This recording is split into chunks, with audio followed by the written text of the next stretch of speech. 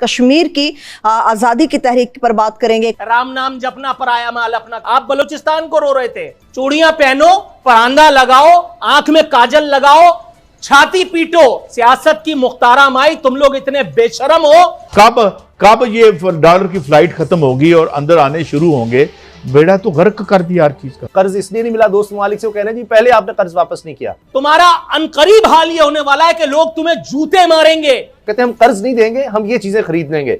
आप मजाक कर रहे हैं यार, खुदा का खौफ करें। कौमी असासे बेच रहे हैं, कोई टमाटर भिंडी नहीं बेच रहे हैं आप। पहली बार ऐसा नहीं हुआ है कि मुल्की असासे बेचे जा रहे हैं, मुल्की असासे गिरवी रखे जा रहे हैं, मुल्की असासे फरोख्त किए जा रहे हैं। तो जैसे पूरा स्ट्रक्चर गिर रहा है, जैसे पूरा ये एक खाना जंगी की तरफ हम जा रहे हैं। साथ ही मैशत का हाल हम देखते हैं कि आज फिर 3 रुपए फर्दर चढ़ गया डॉलर, और 236 के ऊपर जो है डॉलर क्लोज हो रहा है। साथ ही गवर्नमेंट के ऊपर कुछ और क्वेश्चन उठ रहे हैं कि जी उन्होंने ऑर्डिनेंस के तहत वो G2G कुछ नेशनल एसेट्स सेल पे जा रहे हैं, जिसकी हमें कंटोर्स नहीं पता क्या हो रहा है।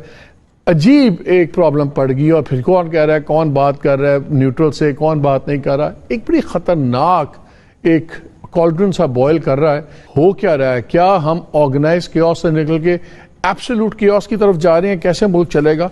आपके सब्जी टमाटर इसकी वजह से महंगे हो जाते हैं। तो ये जो है, ये बराह रास्त आपके मुल्क के अंदर जो हुआ उसकी वजह से हुआ क्या? जिस वक्त गैर यकीनी सूरत हाल पैदा हुई, एकदम से अनसर्टेनिटी थी। आपका 16.4 अरब डॉलर के रिजर्व थे, वो गिर के 8.2 बिलियन डॉलर्स में आ गए सिर्फ 3 महीने के अंदर। फिर चाइना से 2.3 बिलियन डॉलर लिया। पहले 10 दिन के अंदर उस 2.3 बिलियन डॉलर्स में से 1.2 बिलियन डॉलर उड़ चुका था।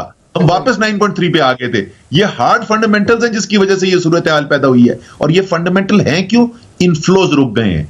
अनसर्टेनिटी की वजह से मुल्क के अंदर पैसा आना रुक गया है, और वो तबाही फैला रहा है। जब तक अनसर्टेनिटी नहीं रिमूव करेंगे, इकोनॉमिक स्टेबिलिटी आ ही नहीं सकती। और इसका मिफ्ता से कोई ताल्लुक नहीं है। मुझे भी वजीर खजाना आज बना देना, इस अनसर्टेनिटी के साथ मैं भी बेहतरी नहीं कर सकता। कि हर दिन जो गुजरता जा रहा है उससे पाकिस्तान को नुकसान बढ़ता चला जा रहा है। पर लेट्स से अगर मैं आउटर लिमिट कहूं 2 माह, 3 माह, 6 माह, 6 मंथ्स नहीं, 6 महीने तो अल्लाह तो खुदा पता नहीं क्या हो चुका होगा पाकिस्तान के अंदर। ये चलेगा ही नहीं निजाम। मालिक लिख लें, मैं बार बार आपको बोल रहा हूं, ये नहीं चल सकता निजाम। ये अपने वजन के अंदर खुद गिर जाएगा।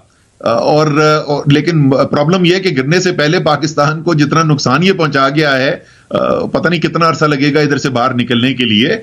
सो ये खुदा महीनों छोड़े, हफ्ते छोड़े, या दिनों की बात होनी चाहिए। आपको डिफेंस के आपको चीजें चाहिए, आपके पास पैसा ही नहीं है, आप कहां से खरीदो? आप फौज की तनख्वाह कहां से दोगे? You need to have the army ever ready. आपके nuclear assets are at stake. आपने बड़ी चीजों को गौर फिक्र के साथ देखना है कि देखो ये मुल्क उस रास्ते पे ना चला जाए कि जहां रिकवरी पॉसिबल नहीं है।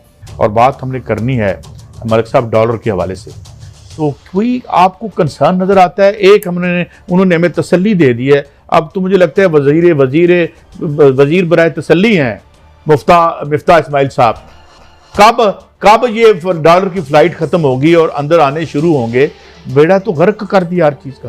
भाई साहब, उनकी तसल्ली, इसकी कोई क्रेडिबिलिटी कोई नहीं। देखो ना, अगर खुदा ना खासा मेरे पेट में दर्द है, आप बातें करते नहीं तुम्हारी दर्द ठीक हो जाएगी, मेरा तो रोना है, दर्द खत्म करो। ये मेरे दुनिया का वाहिद मुल्क होगा यहाँ 4 रुपए 5 रुपए डॉलर की कीमत बढ़ना अब खबर ही नहीं रही। ये हद है बेहिसी की इस स्टेट की, और सॉरी इस निज़ाम की, कि आपके लिए 4 रुपए जो डॉलर अगर आपका बढ़ गई है उसकी कीमत, इसका मतलब पता क्या है? आपकी 80 बिलियन डॉलर की हमारी इम्पोर्ट्स है। हमारे यहाँ जो हम दुनिया को चीज़ें बेचते हैं उससे डबल हम चीज़ें बाहर से मंगवाते हैं। सिंपल जुबान में आप समझ लें कि आपने महंगाई का एक एटम बम लोगों के सर पे रख दिया। आपने भी छोटी सी मिसाल दे दी, और जो आपने एक छोटी सी प्रोडक्ट बोली है इसबगोल का छिलका, आपको पता है वो भी हम इंपोर्ट करते हैं। अभी आपके लिए इतला है ये कि आपके जो ऑलरेडी बैंक है, तेल की जो LC चली वो 250 प्लस है, और ब्लूबर्ग जो इंटरनेशनल इदारा है उसकी मैं आज रिपोर्ट पढ़ रहा था, वो बड़े आराम से लिख रहा है 275 रुपीज़ $1 इन पाकिस्तान। वो कह रहे हैं ये बिल्कुल उसको टच कर गया।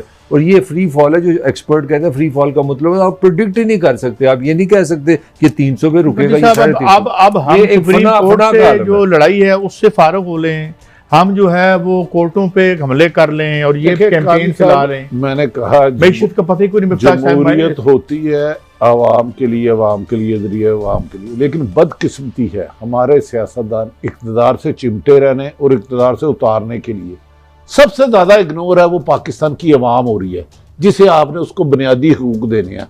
कायदे आदम ने इसलिए नहीं बनाया था कि चंद खानदान खरबोपति हो जाए, उन्होंने बनाया था ताकतवर और कमज़ोर के लिए एक कानून हो, अक़लियत के साथ भी एक जैसा सलूक किया जाए। ये दौलत की बेजा तकसीम, अख्तियारात की जंग, इसने अखलाकियत और अवाम को तदफीन के काबिल भी नहीं जंग छोड़ा। में अगर इस मुल्क का ही गवर्नेबल ना रहा तो किधर जाएंगे हम? ये अदारों को सोचना चाहिए ना कि ये पसंद दो फखर है ना हम पे, अल्हम्दुलिल्लाह मुसलमान है, दूसरे पाकिस्तान है। अगर खुदा ना खास्ता मेरे मुंह में खाक पाकिस्तान को नुकसान होता है, कौन सा दारा बचेगा, कौन से महल बचेंगे? आप श्रीलंका आपके करीब ही है ना, सदर कैसे भागा? कादी साहब इस वक्त से डरे ये सब लोग जो जुल्म और ज्यादती कर रहे हैं और डायरेक्ट उनकी हमायत कर रहे हैं इस मुल्क में। जब तक इंसाफ की फराहमी यकीनी ना हुई तो मेरा ख्याल है डे बाई डे हम उस खाई में जा रहे हैं। अच्छा, इन्होंने इसमें एक और वारदात कर दी, ठीक है ना, प्राइवेटाइज, मैं तो उसके खिलाफ हूँ, जो इन्होंने किया था वो बेड़ा गर्क कर दिया।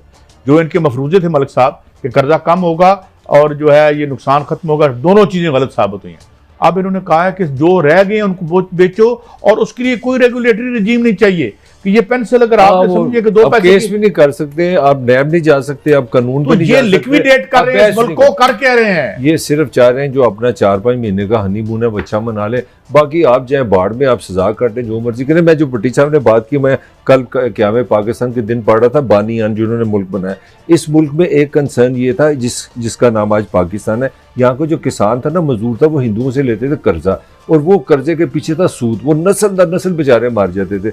मैं ये नहीं कह रहा ये मुल्क इस्लाम के नाम पे नहीं बना, इसमें बहुत बड़ी जो रीजन थी आम आदमी के लिए एक रिलीफ था, उसको एक ऐसा निज़ाम मिलेगा जिसमें वो हलाल की रिज़्क कमाएगा और अपने बच्चों को पाल सकेगा। ये फैक्टर थे पाकिस्तान बनाने में, और हमने जो खुद बना के जो जुल्म किया आप देख लें। सवाल में ये बताएं, IMF को भी हम पाल रहे हैं, पाकिस्तान की इशराफिया को भी इस मुल्क के अवाम पाल रहे हैं, और उसके बाद यही हमारी नसीब और तकदीर है। देखिए कादी साहब, मैं हमेशा अर्ज करता हूँ आप जैसे, यहाँ इस मुल्क के जो इशराफिया लुटेरे हैं, जो चंद हजार खानदान है, उनकी इकॉनमी बेहतर, माशियत बेहतर होगी। यहाँ 22 करोड़ आवाम को उनके हक मिलेंगे। दोनों एट ए टाइम नहीं चल सकते। स्टील मिल खसारे में हुसैन नवाज खरबोपति, आप अभी तक सिर्फ एक अदब एहतराम से मोहतरम नवाज शरीफ साहब से, जिस महल में वो रह रहे हैं आजकल मेहफिल फ्लैट में, उसकी आप मनी ट्रेल नहीं दे सकते। मैं जाते जाते सिर्फ एक बात आपको बता दूं कि यहाँ जो बाहर लोगों के पास असासे पड़े हुए हैं वो डबल ट्रिपल हो गए हैं, मुल्क बेकारी हो गया, उनका तो फायदा हो रहा है।